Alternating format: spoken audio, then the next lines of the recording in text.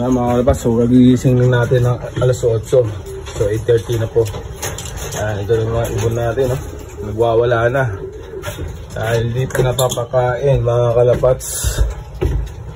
Okay na natin to. So maganda po na yung tulog ng mga ibon natin ngayon. Alas na yan, si Egay, oh. Ayan.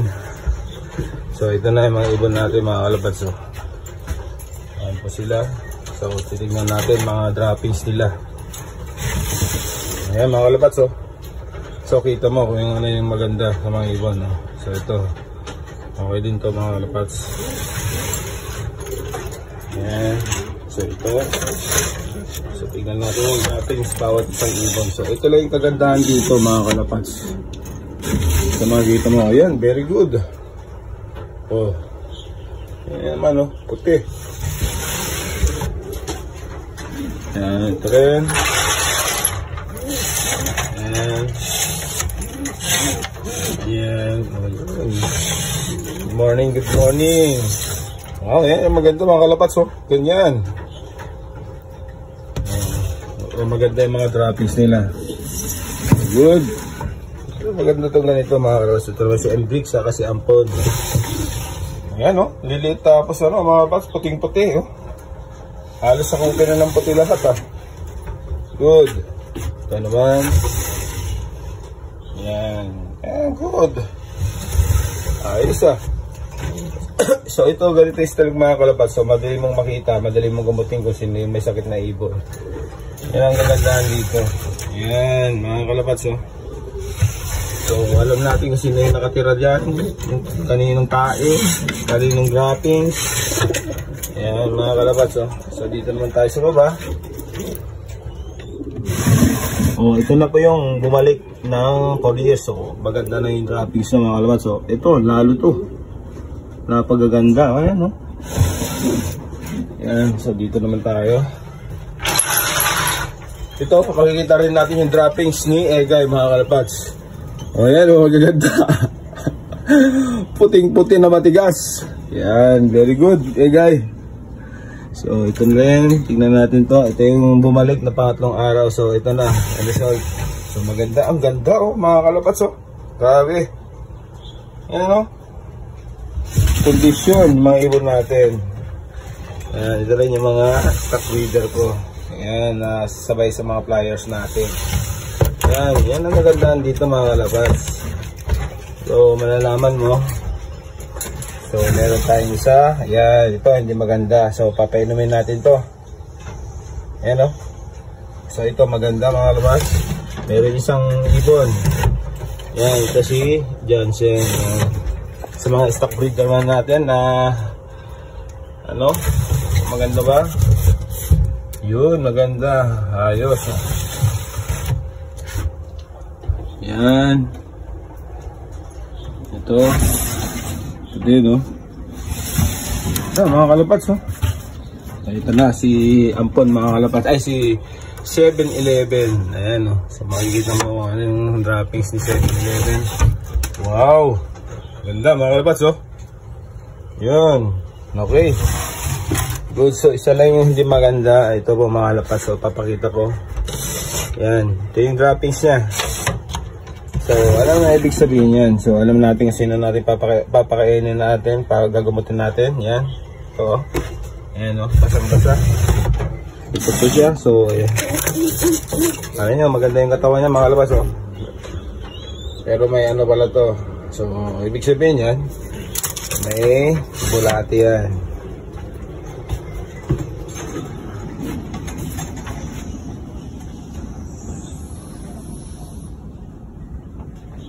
Yan, ito mga kalapats, oh. Pero maganda. Pero hindi naman masyado, hindi naman siya green. Turog lang. Siguro marami din siya na water. So, may buo din.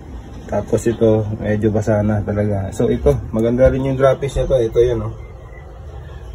So nasobran lang sa inom po to. So at least papainom pa rin natin para mas make sure tayo para mas maganda yung ano, lipad ng ibon natin kung wala siya nararamdaman na iba. Ayan yung kagandahan niya mga kalapats. Pag may ganito po kayo, madali lang hanapin kung sino may sakit. kung sino yung hindi maganda yung droppings, kung sino yung may bulate. Yan. Yan si Egay. Mas very good yung droppings na Egay. Matigas. Yan. Tayo kasi nagpapakain yan subo. So alam natin. Ayan So ito, tingnan natin sa labas. So medyo umaraw na mga kalapats. Pero ang problema, di natin makita yung araw. Nasaan po siya? Pag ganito na mga kalapats, ayan ayan siya Pero natakpan pa rin siya ng ulap. Ganito na pag winter mga kalapats, bihira mo na makita yung araw, pasilip-silip lang o kaya pasulyap-sulyap. Ayan ang weather for today. Bukas, dadalaw tayo kay Mentor. So miss ko na yung hindi ko na matagal ko na din nakita si Mentor mga kalapats. Saka tingnan ko rin mga ibon niya. Tapos nag-breeding na for winter race. Yan, ito yung mga ibon natin. Pakita natin isa-isa. Ayan ayos good. Very good.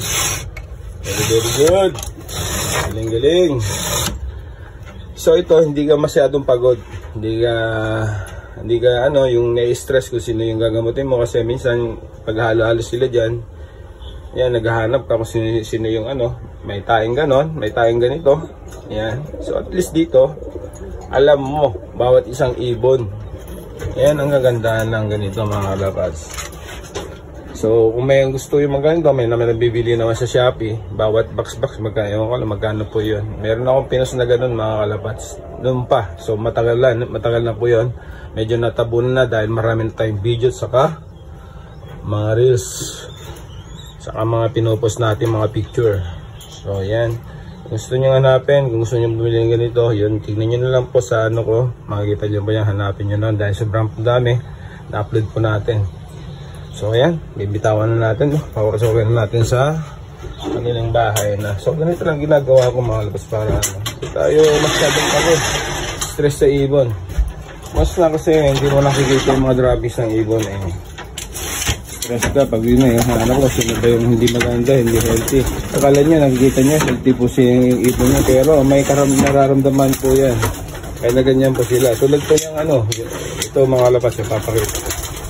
So, isa lang pa yung hindi magandang droppings nila. Ito. Yan. So, papasukan natin itong mga tinatago natin, mga stock breeder natin. Yan. So dito sila, hindi pa ako napaglinis, siguro bukas na. So masyado lang tayo busy po ngayon. Ito, ito lang kasi mga kalabas, walang yan hindi ka napapagod. Pasok. Yan, so alam natin dito yung may hindi maganda yung droppings niya. Yan. Alam na, madali lang yan pag yung ganyan mga kalabas.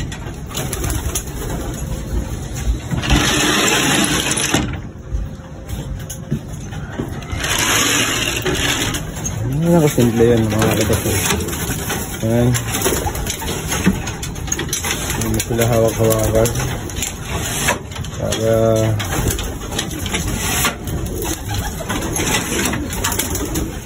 yun na mga kalabas.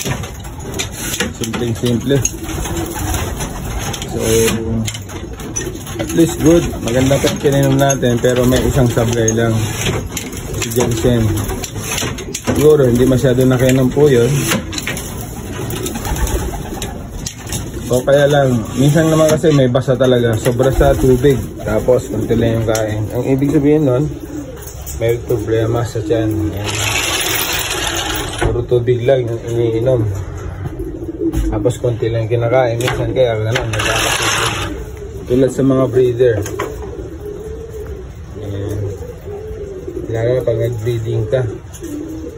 Yan ang kaganda. Ayan yun po yun yung hindi maganda po yung droppings. Pero tinan nyo, bumabara-bara ako pa. Tinakikita nyo mga kalapas na healthy siya. Pero ang droppings nya ay hindi po maganda. Okay, hanggang dito na lang mga kalapas. Morning sa inyong lahat. And happy flying. Good luck tomorrow kung meron mo kayong race. Okay, hanggang dito na mga kalapas. So bye bye, peace.